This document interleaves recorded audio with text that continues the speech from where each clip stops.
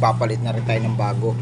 Ang valve 2.8. Ito po yung dating valve spring, hindi na sobrang tigas niya oh. Pinipisil-pisil ko mga kaidol, hindi ko mapisil. Yan po mga kaidol oh, wala na po siyang nalabas na gasolina. Ibig sabihin po nito mga kaidol ay lapat na po yung valve.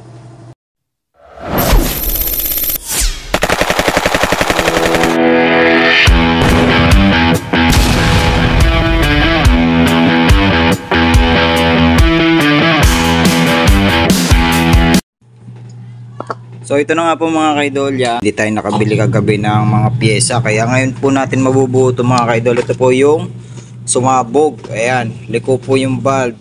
So kaya natin ito natanggal mga kaidol. Ito, tinabasa natin to kasi hindi na po umaano doon sa may valve guide, masikip na, kaya tinabasa natin to para mabunot natin yung valve. Ito po yung naliko, ayan. Kaya po ito naliko mga kaidol, gawa ng valve spring na putol. Kaya umabot to sa piston mga kaidol, bumangga sa piston. Ito na nga pala yung block, ayan, nalinis na natin. So nalinis na natin yan mga kaidol, dinarin natin yung langis kasi magpapalit na rin tayo ng bago. Ito yung mga gagamitin natin mga kaidol, ito. Yan, valve, light and valve to mga kaidol. Tapos valve spring mga kaidol, yan, 5 turns, yan, 2.8. Yan, version 2. Ito po yung gagamitin natin, pamalit natin. Kasi ito po yung dating valve spring, hindi natin alam yung brand ito. Yan, wala po siyang nakalagay. So hindi naman to Sun. So malutong na po mga kaidol, at saka sobrang tigas niya oh. Pinipisil-pisil ko mga kaidol, hindi ko mapisil. Na malutong na kaya naputol. Ito yung mga naputol mga kaidol, dito ko po nilagay para mapakita ko po sa may-ari. Yan, ayan po yung mga naputol, sobrang lutong na. Tapos ito, meron tayo ditong valve seal mga kaidol, yan, papalit na rin tayo ng valve seal. Tapos ito, langis RS8 po gagamitin natin mga kaidol, 10W40, yan, 1 liter po mga kaidol, pero 800 lang po yung laman nito. So umpisa na po natin ito mga kaidol. Papalapatin ko lang po mga kaidol yung valve. Ito yung nabili nating valve, so, papalapatin lang po natin are. Ito po ay lighten po mga kaidol. Yan o. Papalapatin lang po natin na rin mga kaidol, at isasalpak na rin po natin yan. Kailangan po mapalapat natin yan ng ayos. So balikan ko po kayo mga kaidol pag napalapat na at naiset na po natin lahat, at para maikabit na natin dito at para mapandar na natin mga kaidol yung motor na to. Wala naman po tama mga kaidol yung connecting rod nya, yan. Hindi naman po malala yung pagkaumpog dito, yan. Para dumampi lang at naliko po yung barbula. So bigla naman daw agad to namatay. Hindi naman yung umingay, talaga maingay. Yan, buuin na natin ito mga kaidol. Balikan ko kayo pag naikabit ko na mga kaidol. Ito mga kaidol, umpisa na natin maghasa nito. Itong mga valve, kailangan natin itong mga kaidol ay mapalapat natin. So tanggalin lang po muna natin yung valve seal po, at papalitan na rin naman po natin na rin mga kaidol. Yan, gumamit lang po kayo ng long nose pagbubunot po ng valve seal. Nabunot na natin yung first valve seal, tapos ito naman yung pangalawa. Ito po mga kaidol ang pangalawang valve seal. Tapos sain na po natin na rin. Gamit tayo ng grinding compound po mga kaidol, yan. So marami pa po yan.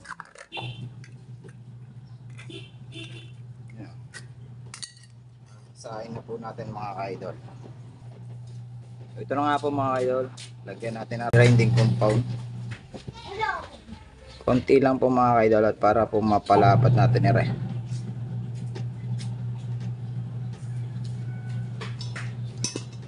At lagyan natin ng konting langis. Padulas po yan mga kaidol, kaya po natin nilalagyan ng langis at para maganda po yung lapat ng valve at mabilis natin mapalapat.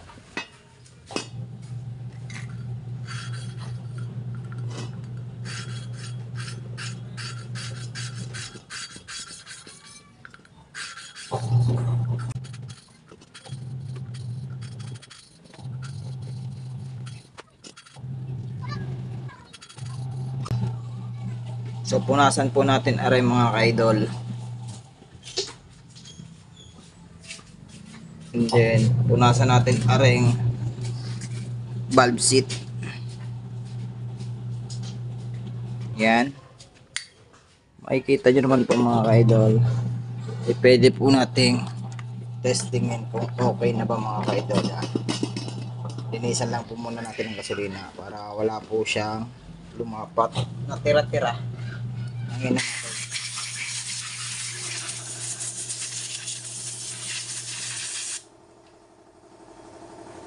Then, isalpak natin.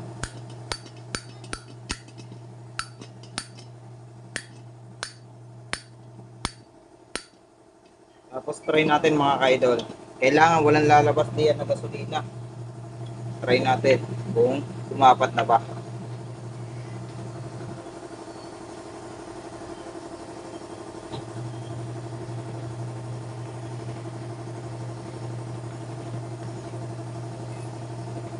Yan po mga ka-idol, oh. Wala na po siyang nalabas na gasolina. Ibig sabihin po nito mga ka-idol ay lapat na po yung valve.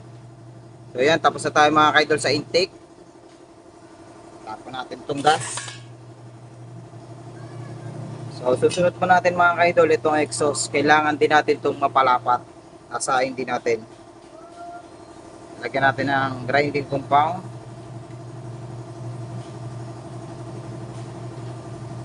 And then langis mga ka-idol. Tapos sasahin na natin. Yan, mano-mano lang po mga ka-idol ang pagkahasa ko rin at mabilis po magpalapat ng valve pagka po mano-mano at saka matyaga. Yan. Sahin na natin mga ka-idol.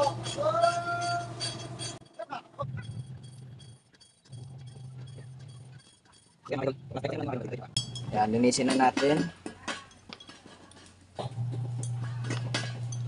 Then itatry din natin itong mga ka-idol kung wala na ba siyang leak.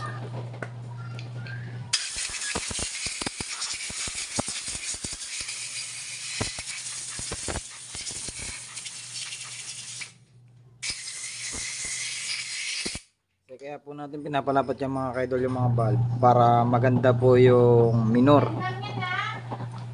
Pag po yan ay singaw mga ka-idol, pahirapan po kayo sa minor niya at namamatay po mga ka-idol. Yan.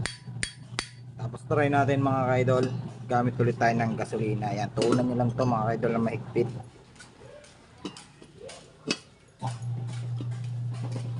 Then gamit tayo ng gas, lagyan natin dito. Tingnan natin kung may maglilik. Ayun mga ka-idol, oh. Ayun, meron pa. Kita nyo na ba yan mga ka-idol? Yan, oh, tumatagas pa siya. Ibig sabihin yan, hindi pa po lapat yan. Kaya hahasain pa po natin isa pa. So, hahasain pa po natin mga ka-idol. Yan.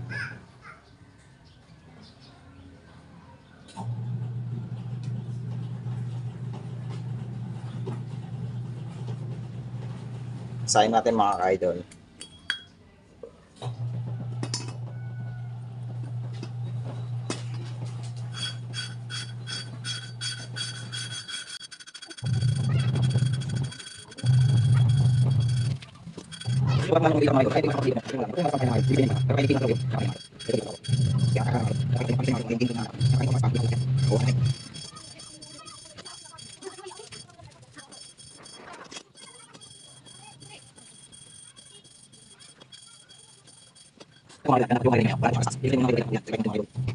Tanggalin na natin at try po natin ang gasolina.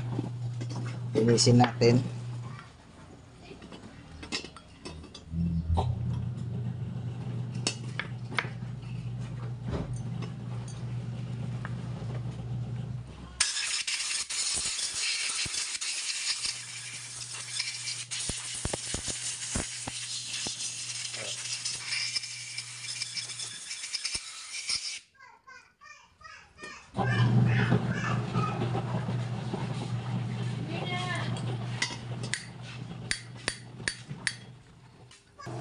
So yan mga ka-idol, testingin natin kung lapat na po ba to, no, mga ka-idol. So pag po nagpino na mga ka-idol yung tunog niya pagkahasa, yun, doon nyo na malalaman na lapat na yan. So testingin po natin mga ka-idol kung lapat na ba. Lagyan po natin ang gas.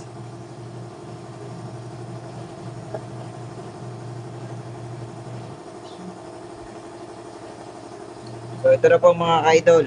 Ayan o. Wala na po siyang leak. So goods na po yung mga valve. Napalapat na po natin. Isasalpak na po natin ito mga ka-idol. Ayan.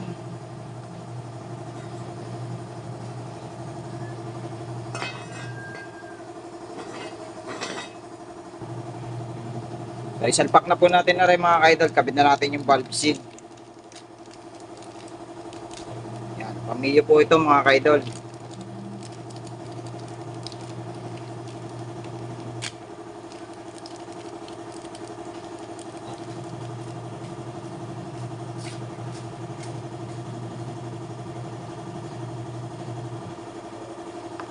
So nilagyan ko lang ng konting pampadulas at ikabit na natin itong valve seal.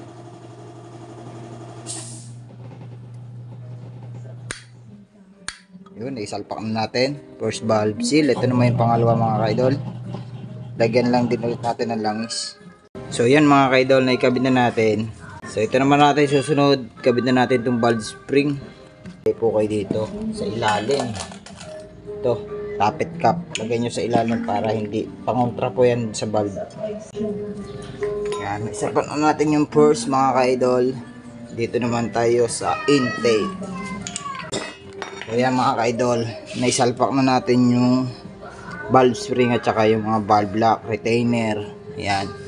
So bago natin isalpak yung mga ka-idol ay yung lock po. Walang kailangang precision at sure.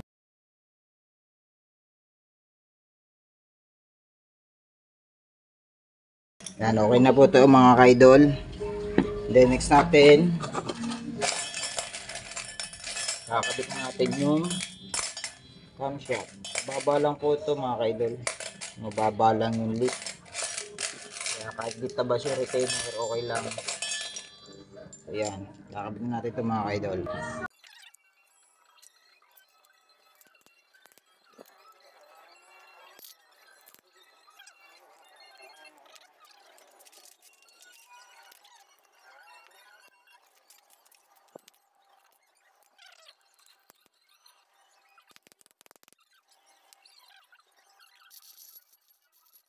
Then may lock yan mga ka-idol.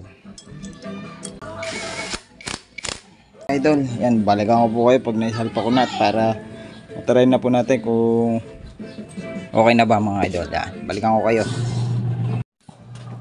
So yan mga ka-idol, nabuo na po natin. Sasalinan na lang po natin ng langis para po matesting na po natin mga ka-idol. Salinan po natin ng langis. Ito po yung gamit natin mga ka-idol na langis. So RSA 10W40 po mga ka-idol. So isalin lang po natin na rin.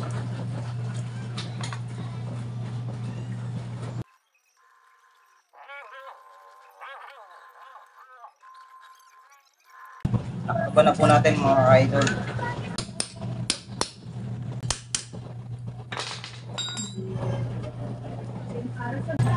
So yan mga ka-idol, tapos na po tayo. So subukan na po natin paandarin mga ka-idol. Ito po yung sumabog na motor. Kaya ngayon tetestingin na po natin mga ka-idol paandarin. Paandar natin mga ka-idol. Kaya paandar na po natin mga ka-idol.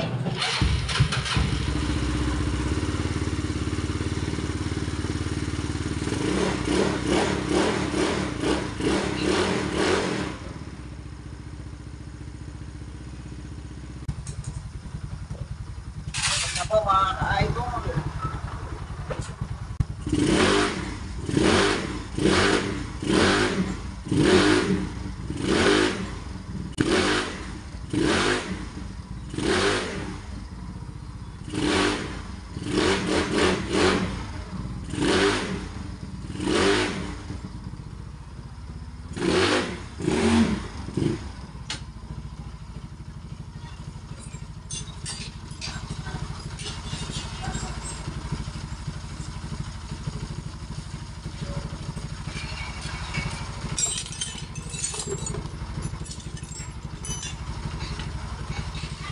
Kaya mga idol, kung maririnig nyo naman, tahimik na ulit. Yan o, tahimik na yung makina. So, testingin po natin ito mga ka-idol. Testingin lang po natin.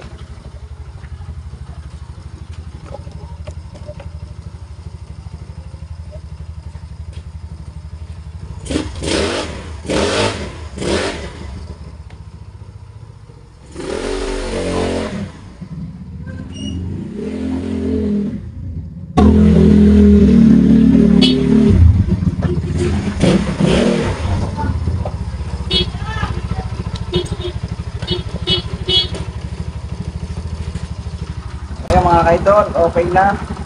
So na-testing na natin. Okay na yung takbo niya. So hanggang dito na lang po mga kaidol. At ito po yung mga pinagpalta natin. Yung naputol, tapos yung mga valve. Ito po yung mga valve. Ano dito? Wala. Ito po mga kaidol, ayan po yung mga pinagpalta natin. Oh. Tsaka yung valve spring. Yan. Ayan po yung mga pinagpalta natin. Tapos nagpalit tayo ng langis, valve seal, at saka valve spring. So hanggang dito na lang po mga idol. So kung nagustuhan niyo po yung ating video, paki-share naman po ng video at saka paki-subscribe naman po sa aking FB page at saka YouTube channel para lagi kayo update sa mga video ko i-upload. So ayun lang mga kaidol. Hanggang dito na lang po ang ating video.